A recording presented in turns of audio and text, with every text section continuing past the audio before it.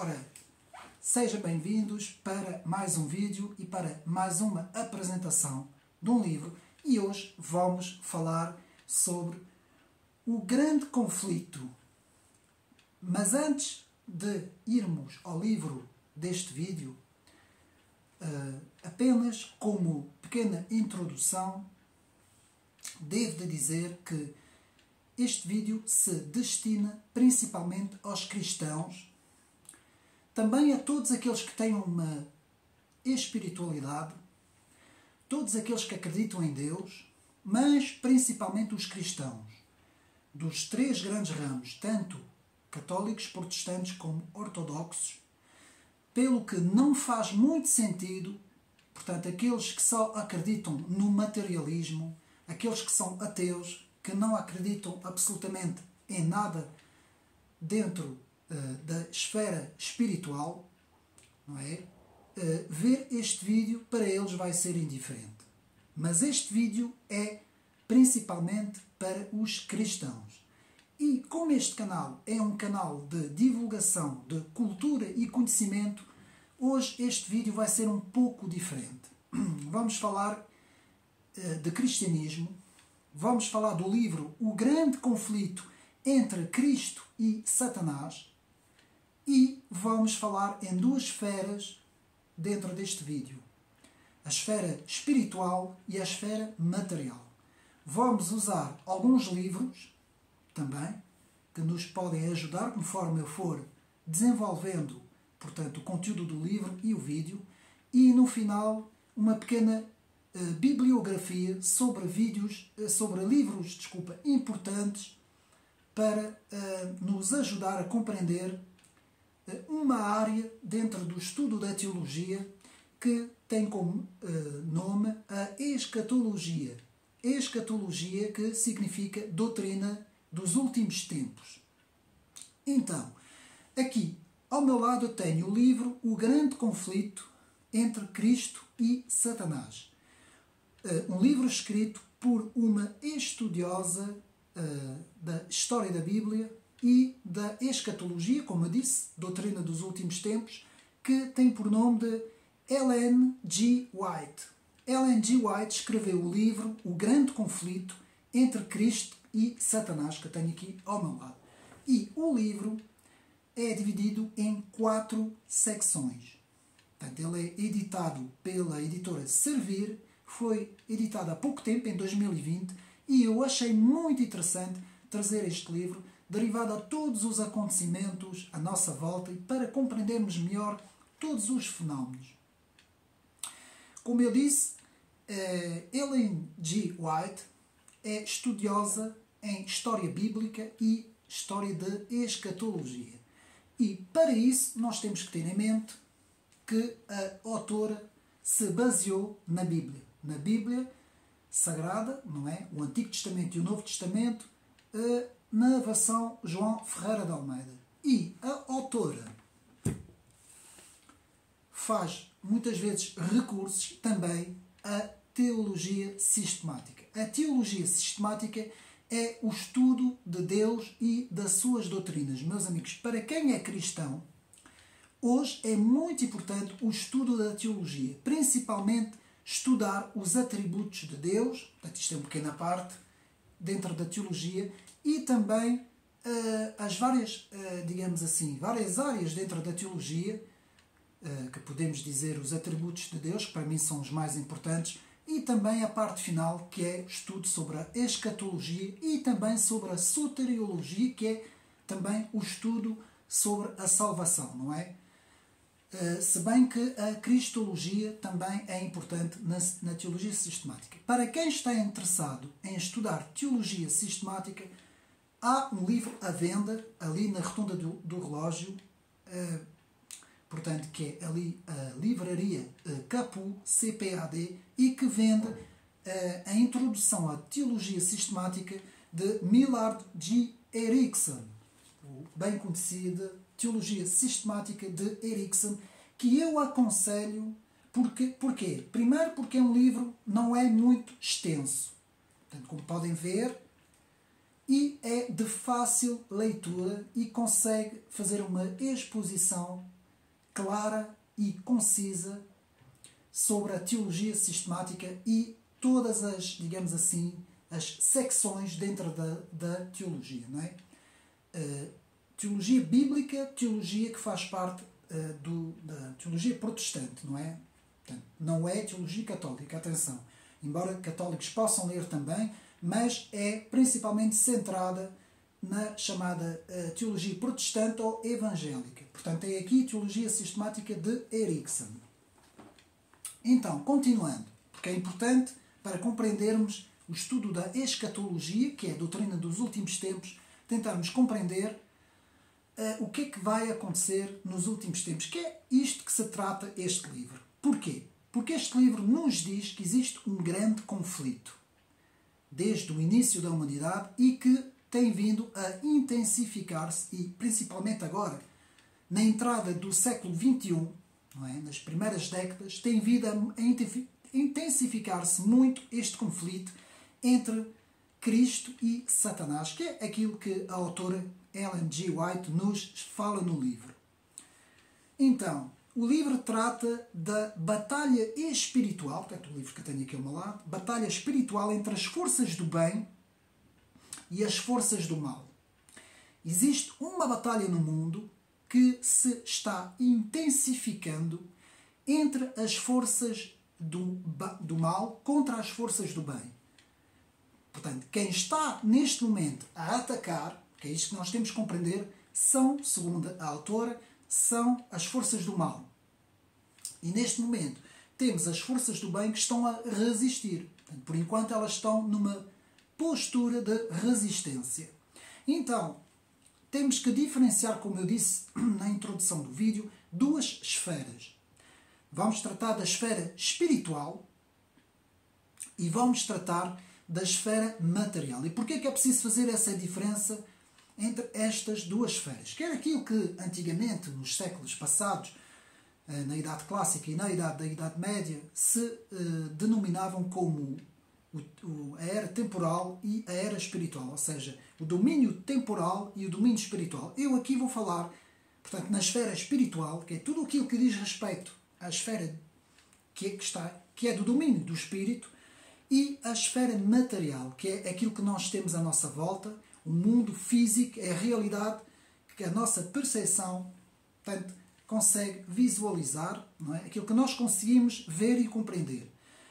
E há uma diferença entre a esfera espiritual, que é aquilo que não vemos, que não sabemos, da esfera material. Automaticamente, quem não é crente, quem não crê em Deus, quem não é cristão, quem não acredita em Cristo, é natural não acreditar na esfera espiritual e querer assim somente viver na esfera material, que é o que acontece aos nossos amigos da esquerda e das ultra-esquerdas, que praticamente só veem o lado material. E é também aquilo que acontece a muitos, digamos assim, políticos e filósofos também de várias áreas dentro das famílias políticas, que, como não são crentes, não acreditam em Deus, também eles não acreditam na parte espiritual. E depois existem outros que acreditam numa esfera espiritual, mas completamente diferente, ou seja, que acreditam naquilo que nós denominamos a nova era. Que eu aqui não vou falar praticamente quase nada neste vídeo, que não vale a pena, embora ela seja uma área importante para aquilo que nós vamos ver aqui neste livro, também e no estudo deste vídeo, da chamada nova religião mundial, não é? Ou nova espiritualidade. Porque, atenção, meus amigos, tudo o que é ambientalismo, defesa da terra, da mãe natureza, da mãe Gaia, tudo isso, toda essa esfera, digamos assim, pertence a esta nova era e, de certa forma, para essas pessoas também é um pouco na esfera espiritual, porque é algo que transcende o mundo material. Mas não é isso que nós vamos agora ver. Nós agora vamos nos debruçar sobre o livro. Bom, o livro fala na esfera espiritual e na esfera material. Eu vou também aconselhando alguns livros ao longo do estudo deste vídeo. Portanto, como por exemplo o livro muito interessante. Há um livro muito interessante que se chama The Fearful Master, a Second Look of the United Nations, que é, portanto, salvo erro, de Cliff Kinkard, portanto, que escreve este livro e que é um livro que nos fala sobre os mestres do mundo, os donos do mundo. Nós vamos falar muito sobre isso, sobre os donos do mundo ao longo deste vídeo. Eu já tratei disso, portanto, já há algum tempo atrás, não é? No meu canal, sobre a chamada história dos Illuminati e das sociedades secretas, que, atenção, meus amigos, não é divagação. É muito importante estudar essas áreas, que são outras áreas que são do domínio do esoterismo e das sociedades secretas, que eu vou mostrar alguns livros também, mas que é importante termos em mente que toda esta gente existe, todas estas sociedades secretas existem e todo este conjunto de sociedades e de pessoas tiveram uma grande influência e ainda hoje têm muito, uma grande influência, digamos assim, na história do mundo. Então, vamos então ver na esfera espiritual e na esfera material. E agora vamos ver na esfera material a linha do tempo. Portanto, há uma linha do tempo que tem um começo absoluto e vai ter um final decisivo, digamos assim. Essa linha do tempo, e aí podemos ler a Teologia Sistemática de Millard G. Erickson, que nos fala na escatologia, principalmente na última secção do livro. A escatologia fala-nos nos últimos tempos e nos descreve o que é esta linha do tempo. Esta linha do tempo, ela é formada por digamos assim, quatro parâmetros, digamos assim, 4 fases, será a palavra mais indicada, 4 fases importantíssimas de nós compreendermos. Temos então a criação, depois temos a queda, depois temos a redenção e depois temos a glorificação final. Essas 4 fases que prefaz a linha do tempo. E para perceber o grande conflito entre Cristo e Satanás, nós temos que compreender isso. E por isso é que é importantíssima a teologia sistemática, portanto, ler as Escrituras, a Bíblia Sagrada, mas também a teologia sistemática. Porque se nós não compreendermos essas 4 fases por ordem, portanto, temos primeiro a criação, depois temos a queda do homem, depois temos a redenção em Cristo, a vinda de Cristo e o sacrifício de Cristo, ou seja, a missão de Cristo na linha do tempo, e depois, por fim, temos o final, o retorno de Cristo e a glorificação final. Todos os cristãos acreditam nisso, meus amigos. Católicos também, embora tenham muitas tradições, principalmente os protestantes evangélicos e os ortodoxos também. Atenção, porque existem outras religiões, como o islamismo e o judaísmo, que também têm uma interpretação do final dos tempos e que também têm um líder que vai vir, que é o Messiá, não é? Ou o Messias, no caso do judaísmo, e também, no caso do islamismo, o final dos tempos e também a conclusão do Alcorão, não é? Em que também falam no Messias também, que vai vir, não é? Portanto, tudo isso, praticamente todas as religiões apontam para um combate entre um grande Salvador e um homem iníquo, não é? Um homem que vai representar todas as forças do mal, que é isso que nós temos que perceber. Então, no livro de Ellen G. White, O Grande Conflito entre Cristo e Satanás, que eu tenho aqui ao meu lado, que faz precisamente 300 e tal, quase 400 páginas, o livro é dividido em 4 secções. Esta autora faz uma retrospectiva histórica, começa a partir da destruição do templo, em 70 depois de Cristo, vai até Lutero, a Reforma, não é? Em 1517, depois passa para a segunda secção, em que vai da Reforma até aos peregrinos dos Estados Unidos. A autora faz uma retrospectiva espiritual do povo de Deus na Terra. Atenção, importante retermos isso. Na terceira secção temos do grande despertamento norte-americano, houve 2, mas é do primeiro grande despertamento até aos reavivamentos modernos do século XIX e XX. Portanto, a autora vai até aí. E depois, na quarta secção, fala-nos, no final, da grande batalha e do conflito final, em que aí a autora vai entrar mesmo na escatologia e no domínio final. Bom, o livro é muito bom, meus amigos. A autora tem uma plena consciência do que vai acontecer. A autora cita a Bíblia, ela, portanto, é pré-tribulacionista, que é um conceito que explica que a Igreja, não é a Igreja que nós conhecemos em termos de estrutura material, mas sim a Igreja que significa o corpo de Cristo, ou seja, todos aqueles que creem em Deus. E a autora pensa, segundo a interpretação bíblica, porque há várias interpretações, que a Igreja é retirada do mundo e depois acontece a tribulação. Portanto, há uma pré-tribulação que nós estamos agora a viver, depois haverá uma tribulação, a Igreja é retirada, a Igreja passa pela pré-tribulação, é retirada na tribulação e depois dão-se todos os acontecimentos bíblicos até chegar, portanto, à fase final. Ou seja, a criação já aconteceu, a queda já aconteceu, a redenção, de certa forma, já aconteceu, numa primeira fase, porque a redenção vai até ao final, não é? E depois temos a glorificação final, que ainda não aconteceu. Porque primeiro há uma pré-tribulação, depois há uma tribulação e depois há, então, o final, que é aquilo que o livro de Apocalipse, na parte final, nos últimos capítulos, nos fala sobre a grande batalha final, a destruição de todo o mal, não é? O fim do pecado e da morte e o novo céu e a nova terra. Mas, amigos, para quem crê, portanto, este vídeo hoje é para cristãos, para quem crê, portanto, em todas estas coisas que nós estamos a falar, não é? Nós vamos agora, já vimos as 4 secções do livro, não é? Vamos agora nos debruçar principalmente sobre a 4ª secção, que é isto que eu quero falar aos meus amigos. Não vale a pena falar sobre as 3 secções sobre a história, não é? A história, praticamente é a história do cristianismo, não nos vamos deter aí. Vamos falar sobre a 4ª secção, que é a batalha espiritual e um conflito final, meus amigos. E agora estou a falar diretamente para os cristãos e estou a falar diretamente para a Igreja. Nós estamos nesta batalha final. E há uma batalha entre as forças do mal e as forças do bem. E isto vai ficar cada vez pior, meus amigos. Para nós, isto vai ficar cada vez pior.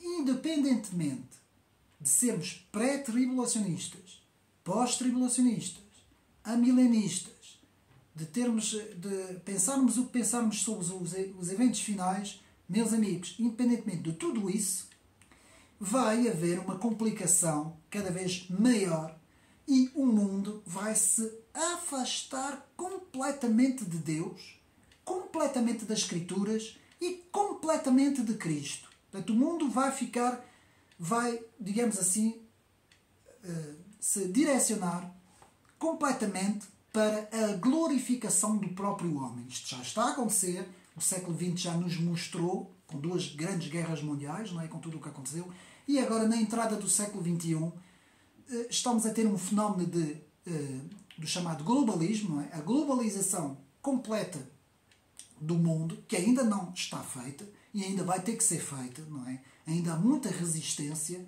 mas o mundo vai ficar completamente unido.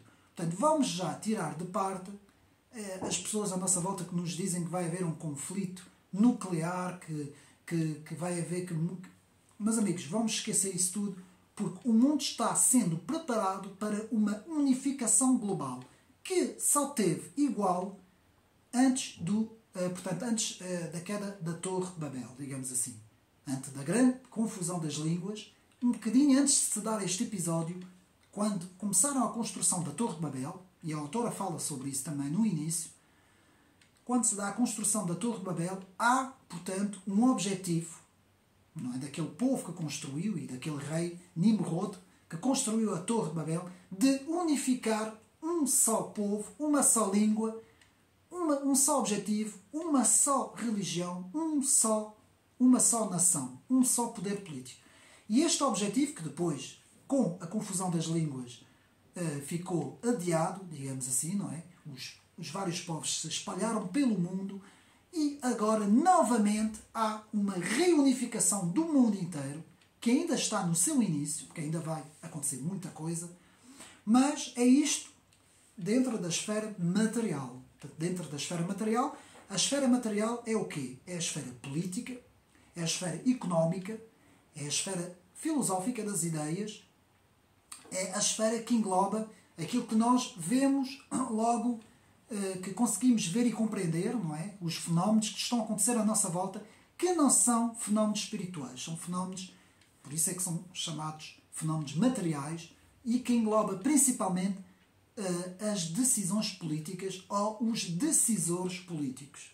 Então, na esfera material, há vários livros que vamos ver no fim, podemos ver, que eu depois irei falar, como Os Donos do Mundo, da Cristina Giménez, como A História Secreta da Oligarquia Norte-Americana, A Nova Ordem Mundial, de H.G. Wells, A História Secreta da Oligarquia Americana é de Sutton, Cyril C. Sutton. Depois temos Global Tax, de Cliff Kinkard. Temos o Clube Bilderberg, de Daniel Estulin. Enfim, temos uma série de livros que depois vou mostrar no final, para compreendermos melhor tudo o que está a acontecer e para compreendermos esta esfera material que inclui os poderes políticos do mundo. Ou seja, os poderes políticos do mundo, as organizações internacionais, onde são tomadas as grandes decisões. Portanto, onde são tomadas as grandes decisões e metas, ou seja, as agendas, as chamadas agendas. Sabemos que neste momento as grandes organizações internacionais, como a ONU, principalmente o Fórum Económico Mundial, porque são onde são mais ou menos, digamos assim, regulamentadas as grandes decisões económicas e onde os grandes atores económicos que se reúnem, não é? Como por exemplo a BlackRock, a Vanguard e todas as grandes empresas multinacionais que detêm um poder, tanto ocidentais como também da China. Portanto, importantíssimo este Fórum Económico Mundial. Depois temos a União Europeia, que trata da Europa, onde são tomadas as decisões na Europa. Temos o FMI, o BCE, a Organização Mundial do Comércio, o chamado BRICS, que são os países emergentes económicos, emergentes, e a OMS, que trata no plano da saúde, a Unesco também no plano da educação. Portanto, todas essas organizações, todas elas, meus amigos, vão se juntar e vão, portanto, ter o mesmo único pensamento. Uma agenda global, um governo mundial, que é isso que nós agora vamos ver. Então, os decisores políticos, aqueles que, portanto, vão construir a agenda mundial, não é? As agendas mundiais, que pode ser a Agenda 2030, depois já haverá uma Agenda 2040, e depois haverá uma Agenda 2050 e por aí fora, não é? Até se dar o final escatológico, tudo isso vai ser construído. E depois temos, nos decisores políticos, portanto, vamos ter depois, dentro dos decisores políticos, os agentes políticos, que podemos chamar de young leaders, ou seja, jovens líderes, que muitos deles praticamente saem do Fórum Económico Mundial. Estou a falar, portanto, na civilização ocidental, não é? Principalmente Europa, Estados Unidos, Austrália, Japão, essas áreas assim, não é? Um pouco a América do Sul também. Portanto, todas essas áreas geográficas vão ter esses chamados young leaders do Fórum Económico Mundial, que vão ser pessoas, decisores políticos, não é? Podem ser, são, digamos assim, peões, não é? São peões que são postos num xadrez, e por isso é que o livro de William Gay Carr, que eu já fiz a apresentação no meu canal, Les Pions sur l'échiquier, os peões no xadrez, nos ajudam a compreender a importância de todos esses young leaders, esses peões, que vão ter, todos eles, um papel importante na implantação do governo mundial e da agenda. Depois temos, então, dentro da cultura e da educação universal, porque ela abrange todos esses países ao mesmo tempo. Temos um livro muito interessante de Pascal Bernardin, que escreve Maquiavel Pedagogo, que eu aconselho a ver, e depois nas agendas progressistas, porque tudo isso está a ser feito numa perspectiva progressista, numa perspectiva woke, que eu não vou agora estar aqui a explicar o que é, mas os meus amigos sabem. Podem também ler o livro de Mathieu Bock-Côté, O Império do Politicamente Correto, que só existe a versão em francês, mas que é muito interessante porque nos explica como é que estas agendas, ao mesmo tempo, são implantadas nos Estados Unidos, nos países da Europa em vários outros países ao mesmo tempo, todas elas com o mesmo objetivo, com o mesmo conteúdo curricular e todas elas com o mesmo viés político, não é? Depois temos a agenda financeira, que é o controlo absoluto sobre as moedas, e aí podemos ver a moeda digital, não é? A nova moeda digital que vai ser implementado.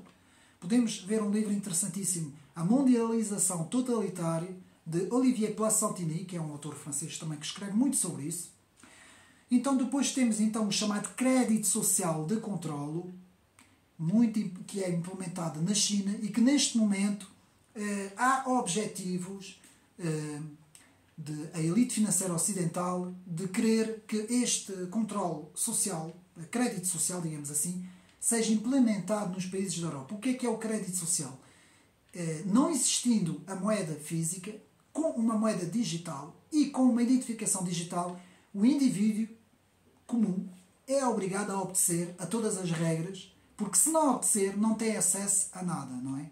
Assim como nós tivemos em 2020 aquela situação do certificado, não é? Não vou aqui falar muito, porque não sei se pode ou não falar dessas coisas, mas assim como não havia acesso se não se tivesse as coisas, que eu não vou dizer o que é, também o crédito social é um pouco isso. A pessoa vai ter que obedecer ao sistema para poder ter esse crédito que dá acesso, digamos assim, a comprar, a vender, a trabalhar, a receber o seu salário, a todas as coisas básicas da vida, não é?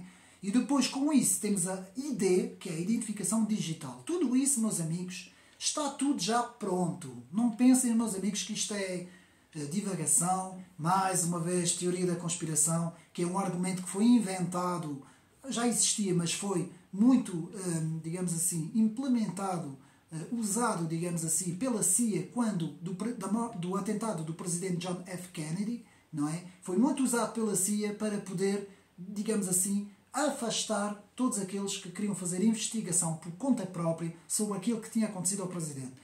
Foi daí que surgiu o argumento, a frase, a expressão, digamos assim, da teoria da conspiração, que não é nada mais, nada menos do que mesmo de que dizer não mexam nesses assuntos, porque esses assuntos não são para vocês. E se vocês se mexerem nesses assuntos, nós vamos dizer que vocês são mentirosos e por aí fora. Não é? Pronto. Depois temos uma religião espiritual. Tudo isto está aqui no livro da autora. Portanto, depois temos a religião espiritual global. E aí podemos ver o livro muito interessante de Le Pen, Falsa Aurora, Iniciativa das Religiões Unidas, o Globalismo e a Busca para uma Religião Mundial. É um livro, talvez, é o melhor livro, digamos assim, sobre essa construção da religião mundial. Depois temos, que também não vou falar muito sobre isso, a questão da redução e despopulação, principalmente aqui no mundo ocidental. Podemos consultar um livro de Pierre-Antoine Plaquevent. Pierre-Antoine Plaquevent, que escreveu um livro muito interessante sobre George Soros, não é? Sobre quem é George Soros, e também agora escreveu um livro muito interessante em francês, Globalisme et Dépopulation. Dépopulation, globalismo e despopulação. Portanto, não vou aqui falar sobre o livro, mas amigos podem tentar encontrar, quem perceber o francês, e vão entender tudo o que eu aqui estou a falar. E quem são os agentes que estão por trás disto tudo. Depois temos a questão do controle da saúde e dos tratamentos médicos, em que temos um papel importantíssimo da OMS, da Gavi, que também não vou falar muito sobre isso, mas podem ver um livro muito interessante de Claire Sévérac, a guerra secreta contra os povos e o complô contra a saúde. Esta autora morreu de forma misteriosa há pouco tempo, há poucos anos atrás, e muito antes daquilo que se passou em 2020. Essa autora, já nessa altura, 2014, 2015, já falava sobre isso tudo, sobre tudo o que estava por detrás dos bastidores, tudo o que estava a acontecer no domínio da saúde. Depois temos as grandes fundações e ao serviço, portanto, as grandes fundações ditas filantrópicas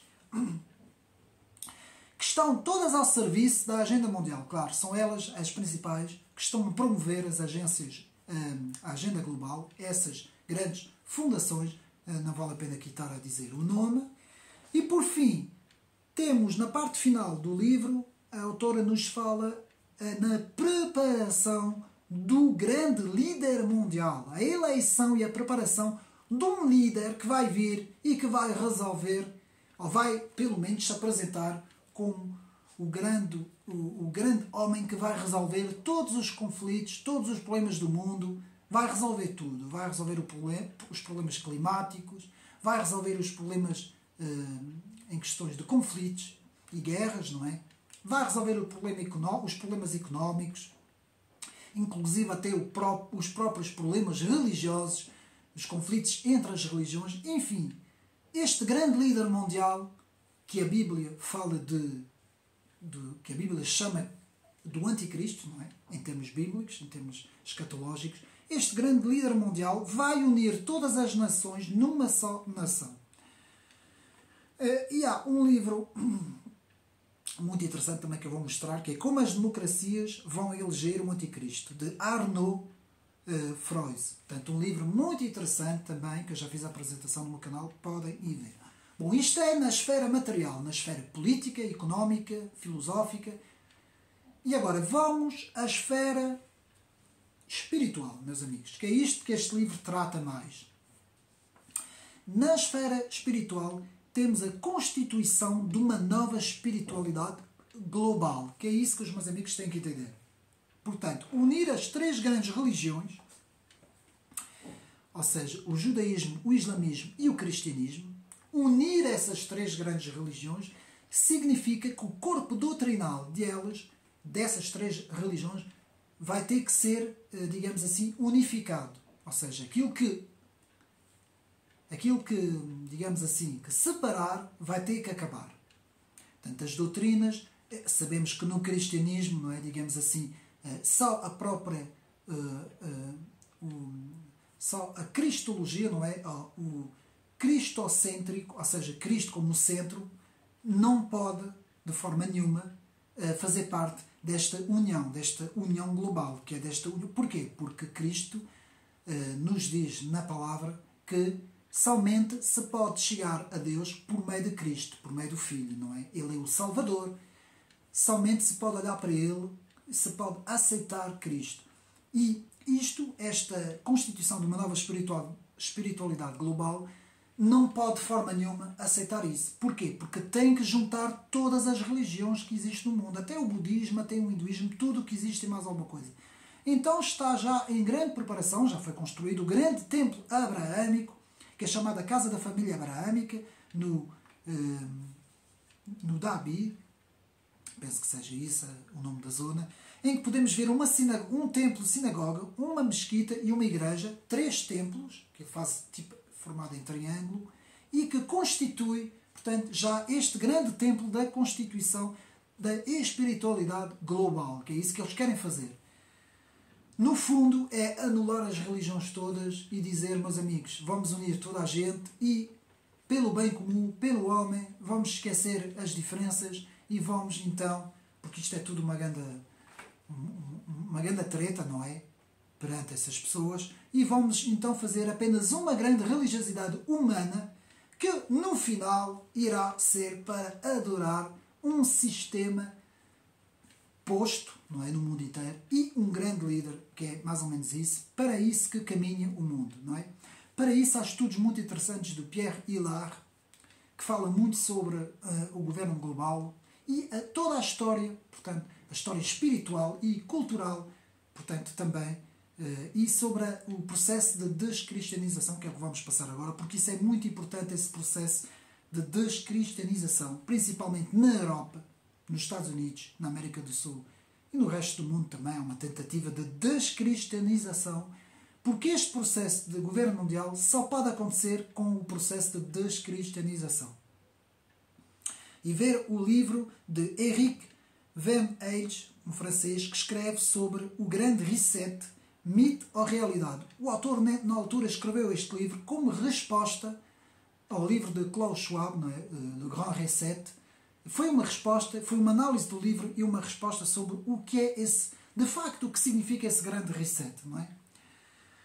Então, como vimos, a mudança cultural, reset e a nova construção do homem, portanto, a construção de um lado e desconstrução de um outro. Fala-se muito da desconstrução do homem e da cultura. Sim, há primeiro o processo da desconstrução do homem e da cultura, portanto, desconstrução do homem histórico, por isso é que a história está a ser cada vez mais, digamos assim, está debaixo de fogo, não é? Digamos assim, principalmente destas ideologias progressistas, e a nova construção do homem por meio da inteligência artificial, IA, que vai ajudar na reconstrução, digamos assim, e no novo homem. Novo homem este, que é um homem cosmopolita, que não tem raízes, portanto, não tem raízes históricas, não tem raízes tradicionais, não tem raízes culturais, tanto pode estar na China, no Japão, como nos Estados Unidos, como na França ou em Portugal. Ele é igual em todo o lado, em termos de etnia, indiferentemente da cor, não interessa, ele é igual, tem o mesmo objetivo, cosmopolita, e existe para servir o sistema, para consumir dentro desse sistema. Tudo isso ajudado pelas tecnologias da inteligência artificial e também estará sujeito à identificação digital. Portanto, tornará-se um número, apenas um número digital, no meio de um aglomerado de humanos, que serão todos iguais. Por fim, na esfera espiritual, como nós estamos a falar, temos a resistência dos crentes, a chamada resistência dos povos e principalmente dos crentes, que é o que uns chamam os fanáticos religiosos, outros chamam os populistas, outros até chamam de extrema-direita, que não tem nada a ver, mas para denegrir essa resistência, é assim que tem que ser apelidada essas pessoas. E o que é que são essas pessoas? O que é essa resistência que chamam resistência dos crentes? Os crentes que, atenção, isso é muito importante agora para quem é cristão, os crentes que têm Cristo como seu centro, como um centro, portanto, Cristo é o centro, automaticamente vão estar contra o sistema, porque o sistema não vai aceitar. Meus amigos, por enquanto ainda aceita, mas o sistema vai chegar numa certa altura e não vai aceitar isso. Portanto, porquê? Porque o sistema nos transforma, ou nos quer, digamos assim, desconstruir e construir de um outro lado, como pessoas completamente obedientes, servil, completamente ao sistema. Então, qual é essa resistência? Essa resistência passa por oração. Orar sem cessar. Orar a Deus em nome de Cristo, sem cessar, com os joelhos no chão, estou a falar para os crentes agora, completamente entregues de coração a Deus. Portanto, oração sem cessar. Estudo intensivo das Escrituras e da escatologia, doutrina dos últimos tempos. Ter Cristo, como eu disse, como centro do pensamento e das ações. Não é só no pensamento, é as ações. Pensar como Cristo, agir como Cristo, viver como Cristo. Depois é ter paciência e esperança até a vinda de Cristo e o final dos acontecimentos. Mas, amigos, isto vai ficar cada vez pior. Nós temos que ter consciência disso. Não vai aparecer líderes políticos cristãos que vão ser salvadores da pátria, ou nacionalistas, populistas, cristãos, o que vocês quiserem, que vão salvar e que se vão opor ao governo mundial. Isso não vai acontecer, porque o sistema não deixa, e nós temos que compreender que o sistema, que é composto por várias nações e que tem vários governos, esse sistema, as pessoas que estão à frente dos sistemas, aquilo que eu falei ainda há bocado, os young leaders, estão já postos nesse sistema para, digamos assim, fazer cumprir a agenda, meus amigos. E isto vai acontecer em todo lado, meus amigos. Portanto, fazemos aqui um bocadinho de futurologia, tenho alguns livros sobre isso. Portanto, eu vou aqui conjunturar, vou aqui atrever-me, digamos assim, a fazer uma conjuntura, sempre com base nas Escrituras. Eu penso, portanto, isto agora sou eu a falar, não é a autora, eu penso que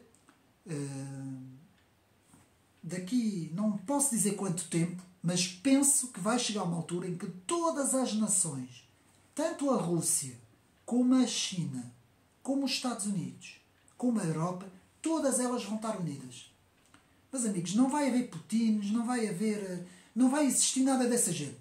Todas as nações vão estar todas unidas, todas com o mesmo pensamento, todas com o mesmo objetivo. A população vai ser muito mais reduzida, vai haver um sistema de controlo e vai haver um único pensamento, meus amigos. Isso é um dos grandes objetivos de todas as agendas que estão a ser estudadas e que estão a ser, digamos assim, muito progressivamente implementadas praticamente já no mundo ocidental, principalmente no mundo ocidental, que estão a ser já preparadas e implementadas. Portanto, esperar com paciência, fé, paciência e esperança até a vinda de Cristo. E resistir até ao fim. Portanto, isso é a resistência dos crentes. Agora, nota final do livro. Bom, meus amigos, tudo isso que eu falei só faz sentido para quem crê em Deus. Para quem não acredita em Deus, tudo o que eu estive aqui a dizer não é a mesma coisa do que nada, não é? Até podem me chamar completamente um tipo completamente alucinado. Mas eu gosto muito no meu canal de falar para toda a gente. E gosto muito de falar para quem tem muito conhecimento, para quem tem grandes conhecimentos em termos de literatura e em termos de cultura.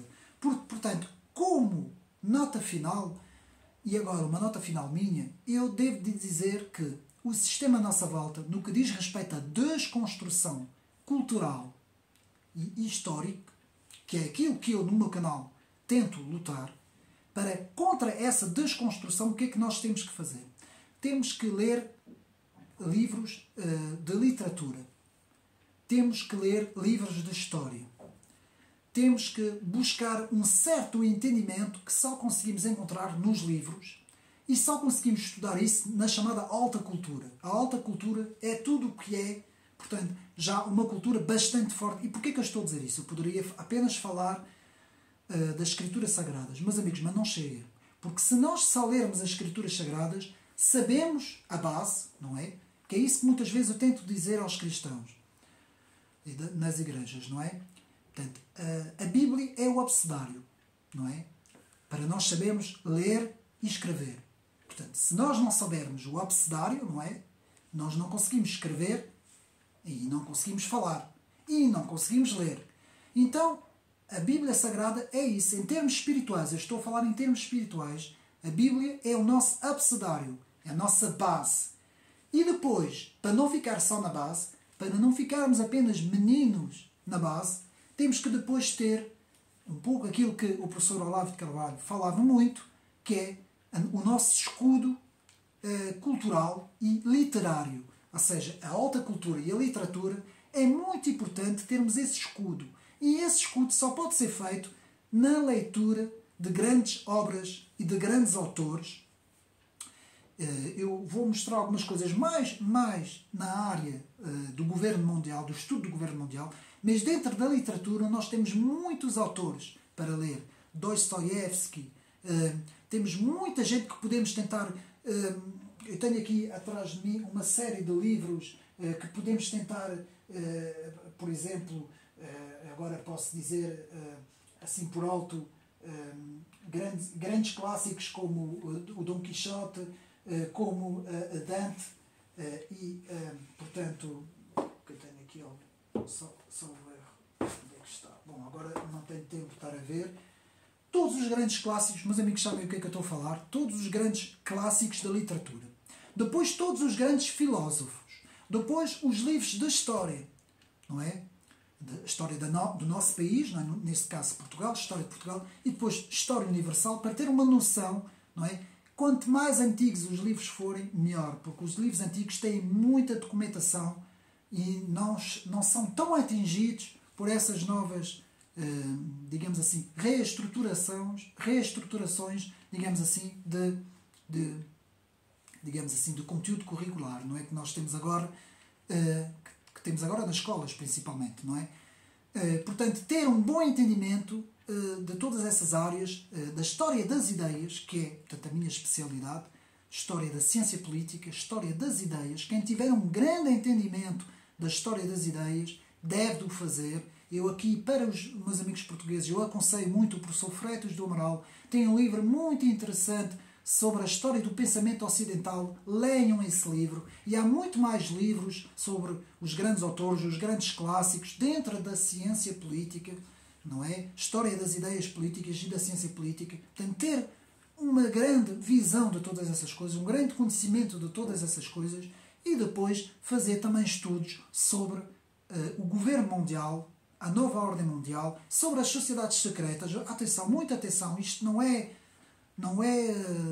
desperdício de tempo, mas é importantíssimo, portanto, a história das sociedades secretas, e é isso que nós temos que fazer. Portanto, criar o nosso conhecimento, não é? Vale mais estar 3, 4, 5, 6 horas a ler livros, a tirar apontamentos, do que neste momento estar a ver as notícias, não é? Porque praticamente as notícias apenas nos vão formatar, não nos vão dar conhecimento nenhum, vão nos formatar, vão nos criar uma opinião completamente à mercê destes agentes, não é? Destes agentes mundiais, não é? E não vamos conseguir absolutamente nada. Bom, então, já falámos de tudo. Meus amigos, este livro, O Grande Conflito, fala-nos aqui também de um ponto que eu quero falar agora aos meus amigos, principalmente aos meus amigos cristãos, não é? E principalmente aqueles que estudam escatologia, que têm um grande conhecimento sobre as Escrituras e que devemos ter em mente tudo isso. Portanto, meus amigos, na questão da volta de Cristo, que é, portanto, a parte escatológica, temos mais de 300 referências proféticas só no Novo Testamento, meus amigos, sobre a segunda vinda de Cristo. Eu vou repetir, mais de 300 referências. Então, não vou dizer essas 300 referências, como é óbvio, porque não teria tempo aqui no meu vídeo, mas apenas as principais. João 14:3, e quando eu for, voltarei e vos receberei. Apocalipse 3:11, venho sem demora. Mateus 24:30, então aparecerá no céu o sinal do Filho do Homem. 2 Pedro 3:10, virá, entretanto, como ladrão, o dia do Senhor, o próprio Cristo. Portanto, depois, alguns sinais proféticos. Daniel 12:4 nos fala sobre o saber e a ciência se multiplicarão. Exatamente o que está a acontecer no nosso século, no presente século. E irá acontecer um grande engano religioso. Mateus 24:4, 5. Muita coisa vai acontecer para enganar as pessoas. Falsos profetas, falsas religiões, falsas espiritualidades, tudo isso a gente sabe. Muito, muito impulsionado pela nova era também. Mateus 24:6, 7 nos fala, portanto, isso são sinais, convulsões naturais, sociais e políticas, guerras, fomes, epidemias, pandemias, terremotos, por aí fora tudo aquilo que nós temos estado a ver. 2 Tessalonicenses 2:3 nos fala na grande apostasia, ou seja, uma grande deserção da fé. Muitos vão se desviar da fé no final dos tempos, meus amigos. Isto é profético. Então, temos depois a volta de Cristo, o julgamento das nações, Mateus 25:31, o julgamento das forças espirituais do mal, não é? Apocalipse 18:2-20, Apocalipse 19:20, Apocalipse 20:10, parte final escatológica das Escrituras. Temos algumas coisas a ter em mente. Mateus 24:36, ninguém sabe, nem o Filho, quando essas coisas se vão dar. Portanto, não acreditem quem disser que sabe, ou que esses vídeos todos que às vezes nós vemos, todas essas profecias, meus amigos, as Escrituras, mais nada. É confiar nas Escrituras. Temos que ter em mente que a segunda vinda de Cristo será repentina, de surpresa. Mateus 24, 45, 51, 25, 1, 13, 25, 14 e por aí fora. Será pessoal.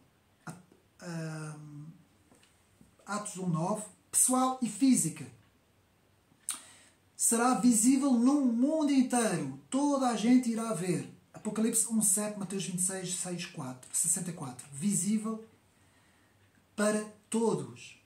E no final será a glória, será, portanto, a última etapa, que é a glorificação final, portanto, será a glória de Cristo. Portanto, a chamada glória final, Mateus 25:31, e da igreja, atenção, a igreja, todos aqueles que creem. Aqui a igreja entendemos como o corpo de Cristo, todos os que creem. Meus amigos, isto foi para resumir um pouco este livro muito interessante que nos fala sobre o grande conflito entre Cristo e Satanás, de Ellen G. White, não é? Uma autora que nasceu em 1827 e morreu em 1915, que foi uma estudiosa bíblica e da escatologia e que fez um estudo intensivo, profundo, no seu tempo e que nos avisou profeticamente já de tudo o que vai ainda acontecer. E, meus amigos, visto isso, eu vou agora passar à parte final, como eu disse, não é? A parte final, portanto, dos livros que eu aqui quero apresentar aos meus amigos. Quase todos, praticamente quase todos, eu já apresentei no meu canal, mas é só para termos rapidamente mais um pouco de reavivar a nossa memória, e para aqueles que não viram os vídeos também depois podem procurar no canal Ocidente Neri e ver, portanto, o resumo dos livros. Primeiro, aqui um livro muito interessante na introdução à política, que quem estuda ciência política deve ler, principalmente quem estuda em termos de organizações internacionais, em termos de relações internacionais, de política externa. Quem estuda essas áreas deve ler este livro aqui, As Organizações Internacionais, de Pierre Gerbert. Portanto, As Organizações Internacionais, de Pierre Gerbert. Fala de todas as organizações, todas as fundações, fala de várias portanto, ONGs, várias coisas que são criadas em termos, sempre em termos de missão globalizante, digamos assim, de criar um mundo globalizado. Depois, para quem quer estudar o Apocalipse, não só nas Escrituras, mas ter um livro, versículo a versículo, com comentários, temos aqui este livro muito bom, de William Kelly, Apocalipse, um estudo muito interessante sobre o livro de Apocalipse, meus amigos, os tempos finais, a escatologia. Depois, Sociedades Secretas. Para mim, o melhor livro que foi escrito sobre sociedades secretas foi de um francês, Serge Hutin, um canadense, não tenho bem a certeza, bem, aqui não diz, mas Serge Hutin, que escreve aqui um livro belíssimo, Les Sociétés Secrètes, portanto só existe em francês, As Sociedades Secretas, aqui na versão bolso. Muito bom este livro, atenção, muito bom, que nos fala sobre todas as sociedades secretas. Para o português, para quem quer ler as sociedades secretas em português, temos esse livro muito bom de Philippe Gardiner, que escreve o livro aqui, tradução em português, Sociedades Secretas. Também é um autor francês e que escreve sobre revelação sobre a maçonaria, os templários, o Vaticano e muito mais, os Illuminati e muito mais. Portanto, aqui sobre as sociedades secretas, meus amigos, temos que compreender isso. Temos que compreender a relação das sociedades secretas com, portanto, o desenrolar da história, não é? Como eu falei, sobre a linha do tempo, não é? Sobre a história do mundo. Depois, um clássico dos clássicos, George Orwell, que nos fala aqui, 1984, e que nos diz o que é de facto uma sociedade totalitária. Para nós compreendermos o que é uma sociedade totalitária, temos que ler este livro de George Orwell, o clássico 1984. E eu aqui esqueci-me, mas eu vou aqui mostrar também aqui outro livro. Portanto, dê-me só um bocadinho. De Aldous Huxley, portanto, Admirável Mundo Novo. Portanto, ler o 1984 e o Admirável Mundo Novo com calma, um de cada vez, é a melhor coisa que neste momento podem fazer, meus amigos. Porque estes dois livros são diferentes, apresentam sociedades de tipos diferentes. Aqui temos uma sociedade mais comunista, não é? Porque isto foi uma resposta ao comunismo soviético. Aqui temos uma sociedade mais tecnológica, mais parecida com a nossa.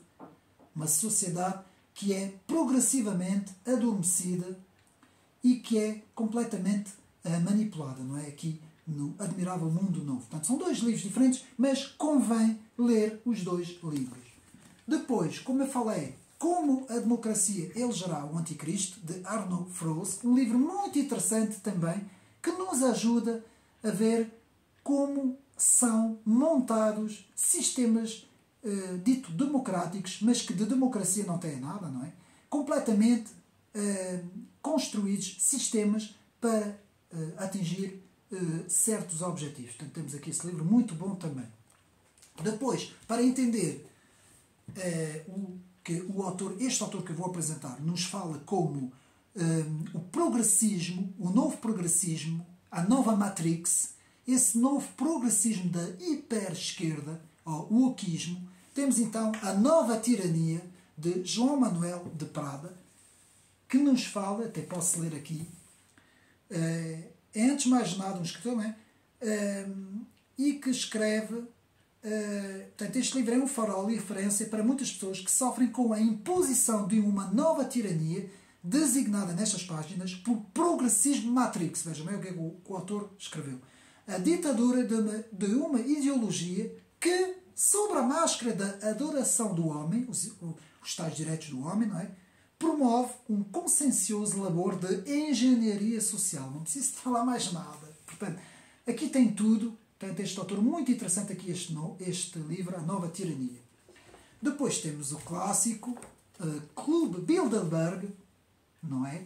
Que agora praticamente ainda existe, ainda há reuniões, mas praticamente se deslocou quase todo para o Fórum Económico Mundial, não é? Porque são os dois centros que neste momento se reúnem, não é?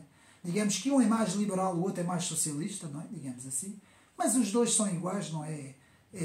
A tal engenharia social, não é? Temos aqui Clube Bilderberg, Daniel Estulin, um clássico dos clássicos. Temos a Nova Ordem Mundial, não é? De H.G. Wells. Podem ir ao canal ver, eu já fiz a apresentação do livro, para perceber a importância das agências secretas, como a CIA, o FBI, a Mossad, o antigo KGB, tudo isso, meus amigos, as grandes agências secretas. Aqui este livro, meus amigos, para ter o conhecimento de como é que elas atuaram ao longo da história, como é que elas fazem, a importância, nos perguntar porquê, por exemplo, que por exemplo, nas grandes multinacionais do numérico, não é? Como o Twitter, como o YouTube, como o Facebook, não? Estão sob a influência dessas agências, meus amigos. Tudo isso, eu não posso falar aqui muito, mas está aqui tudo neste livro, que é muito bem escrito, do autor José Manuel Diogo, que nos faz aqui uma descrição de todas as agências secretas, não é? Temos uma ideia, meus amigos.